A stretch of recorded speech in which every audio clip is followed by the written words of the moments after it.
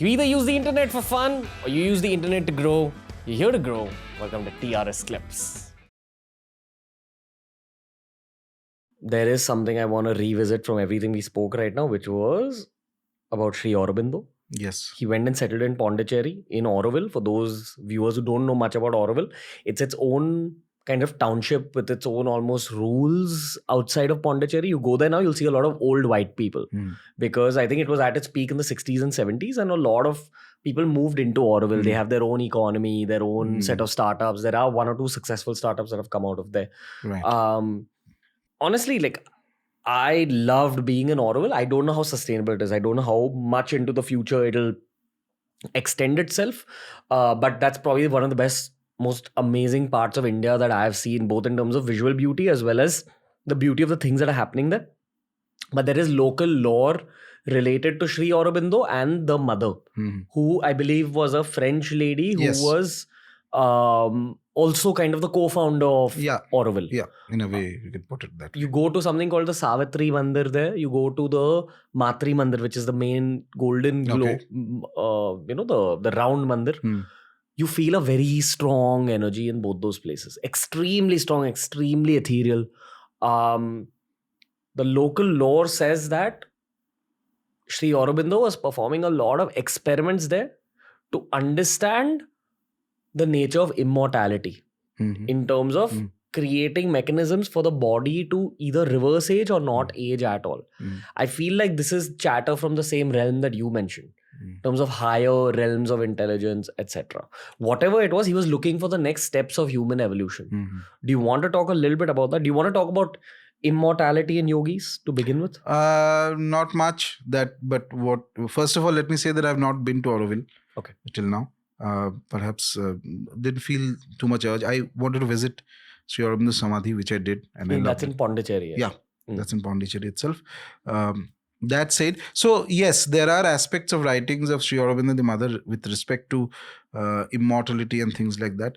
I have read them, but those are the aspects I keep on this side with very little interest. To be honest, for the simple reason that I specifically focus on those areas of his writing which are relevant to me at the moment in sadhana. Okay. The ability to stop or reduce aging is a practice and an ability that does come to very high levels. People who attain to very high levels of spiritual progress, extremely high. It's not, again, as I mentioned, these are what we are talking about is zones beyond normal conception of nirvana. Okay, so way after nirvana. Way after.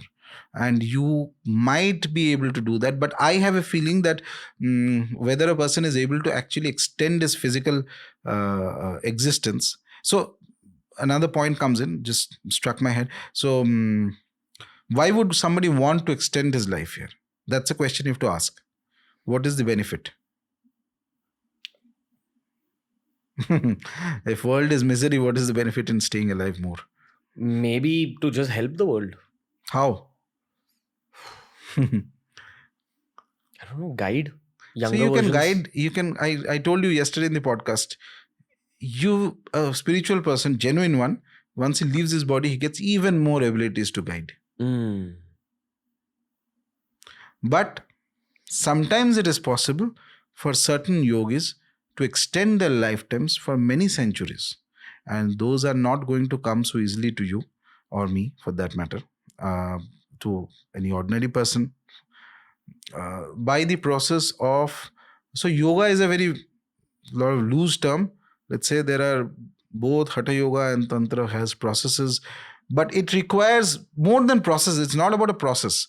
If I use the word process, listener will think that, certain set of techniques, if I do, immediately I'll... No. The zone beyond nirvana is a zone where you may think that you are in control, but there are some other more higher powers. It's a gradation of greater entities and powers that are in control. And these are all divine, by the way. There is no darkness to enter ही नहीं कर सकता उस zone पे. So if they have a purpose for you, then only you will succeed. If they don't have a purpose for you, that no, they think that you will perhaps serve better if you leave the body, you will leave the body. So it is not particularly about do I want to or do I not want to.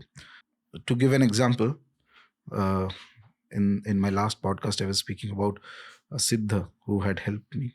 I'm extremely grateful. There was a lot of things, lot of other interactions which made me completely be certain that he's no ordinary man at all.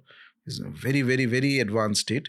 But he was very careful to keep himself hidden even when staying in society. So that even many of his disciples also didn't understand who he truly was, what he was capable of. Okay. He had the ability, if he wanted to, be alive in the same body for 500, 600 years or more. But then he says that sab dekh liya yahan pe. There's nothing else to do. Now I want to do even more sadhana. How do I do it? I'll go to the realm of the God whom I worship. And without the body, you can, for thousands and thousands of years, endless times you can do sadhana. In that realm? In that realm. What do you think that realm looks like? That depends on the deity. For example? For example, I believe that when we describe of the lokas, so Devi Loka, Vishnu Loka, Shiva Loka, etc. So there is that energy of that Devata most prominent, and only people who are well integrated with that deity, very close to that deity, okay, they remain there. And you are in a very high state. It's like as if you are a reflection of the deity. Okay. It's free from various confines and the weaknesses and the other disease and things like that, or any of the human flaws are not there at all. Okay. And by doing upasana, that's the way of serving the deity. And you can so we have this beautiful example, just to give you a brief example. In the Shiva Puran, we have this story that there's a asura called Andhaka, the asura of darkness. So he gets very powerful. He decides that he wants to marry Parvati, and then there's a huge fight that ensues, and eventually there's the divine forces, Shiva and all his ganas and all that, they fight with Andhaka, and finally after a lot of fight, and this continues for a long time, by the way, it's not all those fights sometimes range from hundreds and thousands of years and all that. So Shiva finally pins him down in his trident, Trishula, and lifts him up like that, okay, and keeps him like that. And in that condition, he starts, his skin starts becoming dry, okay, dry and crippled and like that. And he sings praises of Shiva at that moment of just before death. Keeps singing praises of Shiva a lot. There's a Ashtottara Nama he sings specifically, very beautiful. It's there in the Shiva Puran, and he continues this for a very long time. And finally Shiva is pleased and tells him that, what do you want? So he says that, Lord, I have understood that you are Ishvara, you are the great God. Make me one of your ganas. Ganas are people who are beings who surround Shiva, stay around Shiva. Okay. Make me one of your ganas. And then Shiva blesses him that, all right, I'll make you one of the leader of my ganas, because you have done a lot of penances at one point, even though you are an asura, and tells him that for 3,000 years you will remain as a gana, and then you will get emancipated. Okay. So this idea that each deity, I was telling you, there are various souls or various beings, very deeply spiritual, very highly spiritual, who are connected to that devata.